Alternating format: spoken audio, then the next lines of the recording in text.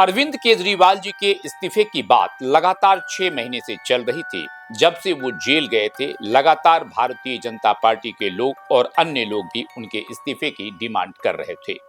मिश्रा जी का फैसला।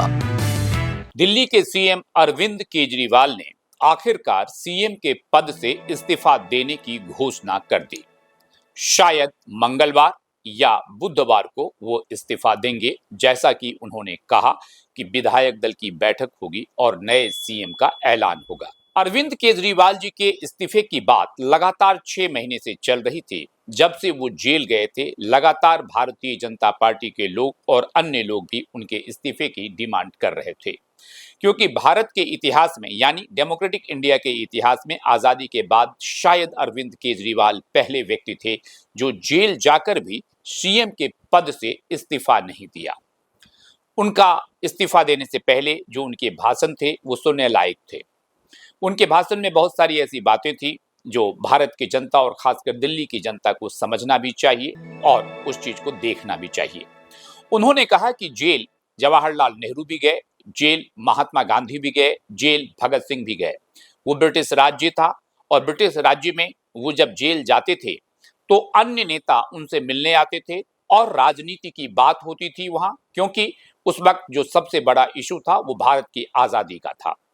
लेकिन अरविंद केजरीवाल जी के साथ ऐसा नहीं हो पाया। जब वो जेल में थे तो कोई भी व्यक्ति उनसे मिलना संभव नहीं था, राजनीतिक बात करना उनसे संभव नहीं था। ऐसे कुछ बंदिशें उन पर लगाई गई थी। एक एग्जाम्पल भी दिया कि एक व्यक्ति जब उनसे पहली बार मिले और राजनीतिक बात की तो उस व्यक्ति को ब्लैक लिस्टेड कर दिया गया जेल से। तो उनका कहना यह था कि मोदी राज्य में वास्तव में जो ब्रिटिश राज्य में क्रूरता थी उससे भी ज्यादा क्रूरता बरती गई। हालांकि यहाँ पर अरविंद केजरीवाल जी एक बात समझने में चूक गए या जानबूझ के वो इस बात को समझने की उन्होंने कोशिश नहीं की कि जब उन्होंने भगत सिंह का नाम लिया, जब उन्होंने महात्मा गांधी का नाम लिया, जब उन्होंने नेहरू का नाम लिया, तो वो नेता थे जो भारत की आजादी के लिए जेल गए थे। वो भारत माता की आजादी के लिए जेल में जाकर अपने आप को रखा था, ना कि अरविंद केजरीवाल जी की तरह भ्रष्टाचार के केस में लिप्त होकर वो जेल गए थे। अब ये और बात है कि अभी ट्रायल चलेगा और बाद में ये जाकर सिद्ध होगा कि अरविंद केजरीवाल जी वास्तव में दोषी हैं या नहीं। लेकिन ये बात तो सत्य है कि अरविंद केजरीवाल जी पर भ्रष्टाचार का इल्जाम लगा और 6 महीने से तकरीबन वो जेल में इसी इल्जाम में बंद थे। इसीलिए अपने आप को भगत सिंह या महात्मा गांधी या नेहरू वाली बातों से तुलना करना बिल्कुल निरर्थक है। जब उन्होंने इस बात को रिवर्ट किया कि किस प्रकार 6 महीने तक उन्होंने जेल से इस्तीफा नहीं दिया, जो भारतीय जनता पार्टी वाले लगातार पूछ रहे थे, तो उनका कहना था कि बीजेपी का ये एक खेल था कि किसी प्रकार सीएम को जेल में डाल दो, वो इस्तीफा देगा और फिर वो आम आदमी पार्टी में तोड़फोड़ कर सकेंगे और तोड़फोड़ करके एक नए सरकार का गठन करेंगे जिसकी मुखिया भारतीय जनता पार्टी के कोई व्यक्ति होंगे। लेकिन ये बात भी थोड़ा डाइजेस्ट करना मुश्किल होता है, क्योंकि आप सभी जानते हैं कि झारखंड के मुख्यमंत्री भी जेल गए और जेल जाने से पहले उन्हें इस्तीफा दिया और फिर जब उन्हें कोर्ट ने बरी किया, सिर्फ बरी ही नहीं किया, मतलब बेल दिया, सिर्फ बेल ही नहीं दिया, ईडी को डांट भी लगाई कि आपने गलत तरीके से इन्हें जेल डाला है। और ये एक बड़ी बात थी। आपको मालूम होगा कि राज्य हाईकोर्ट ने बहुत ज्यादा फटकार लगाई थी। अभी भी जो अपने अरविंद केजरीवाल जी का बेल का इशू है उसमें भी हाई सुप्रीम कोर्ट ने ये बात कही है कि जो आप लोग सीबीआई को जिस ढंग से इस्तेमाल करते हैं, अलग वे में उन्होंने कहा है कि केस्ड पैरट का एक एग्जाम्पल दिया है, वो एक गलत प्रक्रिया है। जो हमारी स्वायत्त संस्था है उसकी स्वायत्तता बनी रहे। लेकिन बात यहां पर मैं कुछ और कहना चाहता हूं कि जिस प्रकार से झारखंड के मुख्यमंत्री इस्तीफा देकर जेल गए और जब वो जेल से बाहर आए तो उन्होंने मुख्यमंत्री के पद दोबारा शपथ ग्रहण की और आज वो झारखंड के मुख्यमंत्री हैं। तो अरविंद केजरीवाल जी का यह स्टेटमेंट भी बहुत ज्यादा ठीक नहीं लगता है। वास्तव में कोई मुख्यमंत्री 6 माह तक जेल में रहे और इस्तीफा ना दे, इस बात को आप बड़े मुश्किल से ही डाइजेस्ट कर पाएंगे। लेकिन नेताओं का एक गुण होता है कि वो किसी भी प्रकार से अपनी गलतियों को जस्टिफाई करने की कोशिश करता है और ऐसा करने वाले अरविंद केजरीवाल अकेले नहीं है। बहुत सारे ऐसा नेता हैं, including prime minister of India. ऐसी बहुत सारी बातें उनकी भी है कि किस प्रकार से उन्होंने अपने आप को अलग अलग समय में जस्टिफाई किया।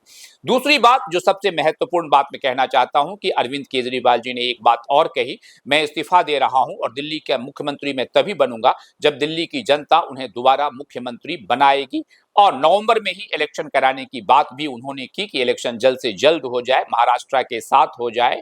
लेकिन शायद एक बार फिर से अरविंद केजरीवाल जी भूल गए कि जब वो जेल से बाहर हुए थे पिछली बार बेल पे, और उन्होंने प्रचार किया था, जो 7 मेंबर ऑफ पार्लियामेंट का इलेक्शन दिल्ली से हो रहा था, जो लोकसभा इलेक्शन की मैं बात कर रहा हूं, तो वो सातों लोकसभा सीट हार गए। और उस बार भी उन्होंने कहा था कि अगर जनता हमें सीट देती है, जिताती है, तो उसे इस बात का द्योतक होगा कि हमें मोदी सरकार दोबारा जेल नहीं भेज पाएगी और मैं भ्रष्टाचारी नहीं हूं, उस पर एक मुहर भी होगा। लेकिन जनता ने मुहर लगा दी और सातों सीट भाजपा को दी। खैर, अरविंद केजरीवाल जी भी एक नेता हैं, एक बार में कैसे मानेंगे। वो दोबारा जनता से अपील कर रहे हैं कि जनता उन्हें वोट देकर मुख्यमंत्री दोबारा बनाए। तब तक वो मुख्यमंत्री नहीं बनेंगे जब तक जनता का ये विश्वास नहीं हो जाए कि अरविंद केजरीवाल जी भ्रष्टाचारी नहीं है, क्योंकि अरविंद केजरीवाल जी अगर भ्रष्टाचारी हैं तो वोट उन्हें नहीं दें। हालांकि भारतीय राजनीति में भ्रष्टाचार के नाम पर मुहर लगवाने वाले अरविंद केजरीवाल पहले नेता नहीं होंगे, और दूसरी बात, जो भी भारत में दोबारा या तिबारा मुख्यमंत्री बना है उस पर भ्रष्टाचार के आरोप लगे नहीं हैं, ऐसी भी बात नहीं है। आप सब गवाह हैं कि बिहार के मुख्यमंत्री लालू यादव पर आरोप लगे, उनकी पत्नी मुख्यमंत्री बनाई गई और लगातार उनकी पार्टी विजयी रही। अभी भी यहां तक आज की तारीख में भी आरजेडी बिहार की एक सशक्त दल है। अरविंद केजरीवाल जी चुनाव में जीते या हारे, ये बिल्कुल इस बात का द्योतक नहीं होगा कि अरविंद केजरीवाल भ्रष्टाचार के आरोप से मुक्त हो जाते हैं, क्योंकि मुक्त करने का वास्तविक अधिकार सिर्फ अदालत को है और हम सबको अदालत के जो भी फैसले होते हैं उसका इंतजार करना चाहिए। आप सबसे अनुरोध है कि हमारे इस चैनल को लाइक करें, सब्सक्राइब करें। आपका ये कार्य हमें उत्साहित करेगा।